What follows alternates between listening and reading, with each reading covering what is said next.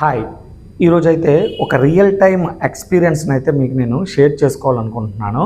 So యాక్చువల్గా మనం ఇంతకుముందు వీడియోలో చెప్పాము, ఈలోన సేవింగ్స్ ఎలా క్యాలిక్యులేట్ చేయాలి ఏంటి అని చెప్పి అది ఒక వీడియో అయితే చేసాం.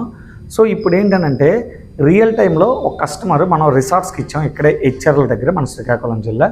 ఆ కస్టమరు ఆల్మోస్ట్ 12,000 కిలోమీటర్లు తిరిగాడు. సో మనం దసరాకి ఇచ్చాం, అక్టోబర్ 2024 అక్టోబర్లో ఇచ్చాం. సో ఇప్పుడు అతను 12,000 కిలోమీటర్స్ అనేది ఈలోన మీద తను డైలీ యాక్టివిటీస్ అంటే రిసార్ట్కి సంబంధించిన సామాన్లు, కూరగాయలు, ఇవన్నీ గ్యాస్ సిలిండర్స్ ఇవన్నీ తేవడం, అతను ఆ వెహికల్ అనేది ఆ విధంగా వాడడం అయితే జరిగింది. సో ఆల్మోస్ట్ అతను పర్ మంత్ 4,500 అయితే సేవ్ చేయడం జరిగింది పర్ మంత్.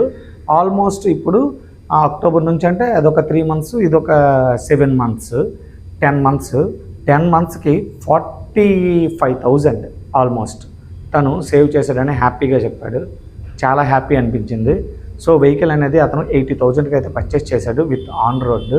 సో వితిన్ 10 మంత్స్లో 45,000 సేవ్ చేయగలిగాడు.